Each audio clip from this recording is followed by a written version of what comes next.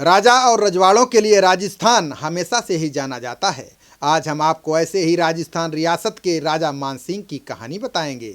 इस राजा का जलवा ऐसा था कि मुख्यमंत्री के हेलीकॉप्टर में टक्कर मारी और उसे क्षतिग्रस्त कर दिया, मुख्यमंत्री का मंच तुड़वा दिया। ऐसे राजा मानसिंह का नाम इन दिनों काफ़ी चर्चा में है। 35 साल के लंबे इंतजार के बाद राजा मानसिंह एनकाउंटर मामले में आखिरकार इंसाफ हुआ। 11 पुलिसकर्मियों को दोषी ठहराया गया। सभी पुलिसकर्मियों को अदालत ने उम्र कैद की सजा सुनाई। यह एक ऐसा मामला था जिसने राजस्थान की राजनीति में भूचाल ला दिया था। देश में विधायक रहते किसी माननीय के एनकाउंटर का ये पहला मामला था। इस वीडियो में हम आपको बताएंगे कौन थे राजा मानसिंह, क्या है उनका इतिहास। भरतपुर रियासत के राजा मानसिंह का जन्म 1921 में हुआ था। राजा मानसिंह बहुत ही स्वाभिमानी व्यक्ति थे। कहा जाता है कि आम लोगों से वे हमेशा संवाद और बातचीत किया करते थे। लोगों के बीच काफ़ी लोकप्रिय थे। ब्रिटेन से इंजीनियरिंग की पढ़ाई पूरी की, भारत वापस आए। उसके बाद अंग्रेजी शासन में सेना में सेकेंड लेफ्टिनेंट की नौकरी ज्वाइन कर ली। उस समय भरतपुर के लोग देश के साथ रियासत का भी झंडा लगाते थे। बस इसी बात को लेकर राजा मानसिंह और अंग्रेजों में ठन गई। नाराज होकर राजा मानसिंह ने अंग्रेजों की नौकरी छोड़ दी। अब वे लोगों के बीच रहकर उनके मुद्दों को सुलझाने लगे। देश के आज़ाद होने के बाद राजा मानसिंह ने राजनीति में कदम रखा। अपने स्वाभिमानी स्वभाव के कारण उन्हें कांग्रेस का साथ मंजूर नहीं था। ऐसे में उन्होंने डीग विधानसभा से निर्दलीय चुनाव लड़ा। डीग विधानसभा सीट से 1952 से 1984 तक 7 बार निर्दलीय विधायक चुने गए। राजा साहब के रसूख और उनकी लोकप्रियता की कांग्रेस पार्टी भी कायल थी। इसी बात को लेकर कांग्रेस के शीर्ष नेतृत्व और राजा के बीच समझौता हुआ। समझौते के अनुसार उनके खिलाफ कांग्रेस उम्मीदवार भले ही उतारे, लेकिन कोई बड़ा नेता प्रचार के लिए नहीं आएगा। राजा मानसिंह की लोकप्रियता का अंदाजा इसी बात से लगाया जा सकता है कि 1977 में जेपी लहर और 1980 की इंदिरा लहर में भी वो चुनाव जीते। इंदिरा गांधी के ना रहने के बाद 1985 में राजस्थान में विधानसभा चुनाव हुए थे। उस समय राज्य के मुख्यमंत्री थे शिवचरण माथुर। कहा जाता है कि उन्होंने डीग सीट को कांग्रेस और अपनी प्रतिष्ठा का सवाल बना लिया था। 20 फरवरी को कांग्रेस उम्मीदवार के पक्ष में प्रचार करने के लिए डीग पहुंच गए, जबकि कांग्रेस पार्टी ने समझौता किया था कि वे इस सीट के लिए प्रचार करने के लिए किसी बड़े नेता को नहीं भेजेंगे। सीएम के इस कदम से स्थानीय कांग्रेसी नेताओं में खुशी की लहर दौड़ गई।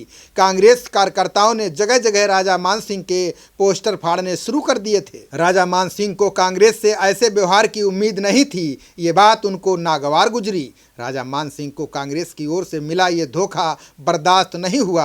मुख्यमंत्री की रैली से पहले ही उन्होंने मंच को तुड़वा दिया। इसके बाद वो जोंगा जीप लेकर उस हेलीपैड की ओर बढ़े जहां सीएम का हेलीकॉप्टर आया था। गुस्से से लाल राजा मानसिंह ने वहां खड़े हेलीकॉप्टर को कई बार टक्कर मारी। हेलीकॉप्टर क्षतिग्रस्त हो गया। मजबूरी में मुख्यमंत्री माथुर को सड़क से जयपुर रवाना होना पड़ा। उपद्रव की आशंका के चलते पूरे भरतपुर जिले समेत कई इलाकों में कर्फ्यू लगाना पड़ा। साथ ही मानसिंह के खिलाफ केस भी दर्ज किया गया। राजा मानसिंह ने ऐसा करके सीधे सरकार को ललकारा था। घटना 21 फरवरी 1985 की है। चुनावी माहौल होने के कारण निर्दलीय उम्मीदवार राजा मानसिंह अपनी जोंगा जीप लेकर घर से चुनाव प्रचार के लिए निकले। उनके समर्थकों और परिजनों ने कर्फ्यू का हवाला देकर उन्हें बाहर जाने से मना किया। उन्होंने कहा कि अपनी रियासत में कैसा डर। वे लालकुंडा के चुनाव कार्यालय से डीग थाने के सामने से निकले थे। वे बाहर निकले। कुछ दूर जाने के बाद रास्ते में पुलिसकर्मियों ने उन्हें घेर लिया। ताबड़तोड़ फायरिंग होने लगी। घटना में राजा मानसिंह, उनके साथ सुमेर सिंह और हरि सिंह की जान चली गई। उनके 100 जोगा जीप में मिले थे। इस घटना के बाद पूरे भरतपुर में आक्रोश फैल गया। 2 दिन बाद ही मुख्यमंत्री को अपने पद से इस्तीफा देना पड़ा। 21 फरवरी 1985 को हुए इस कांड की जांच सीबीआई को सौंपी गई। 1990 में लोकसभा के चुनाव हुए। राजा मानसिंह की बेटी दीपा भरतपुर से सांसद चुनी गई। इस बहुचर्चित कांड की सुनवाई के दौरान 1700 तारीखें पड़ी। 25 जिला जज बदले गए। वर्ष 1990 में ये केस मथुरा जिला जज की अदालत में स्थानांतरित किया गया था।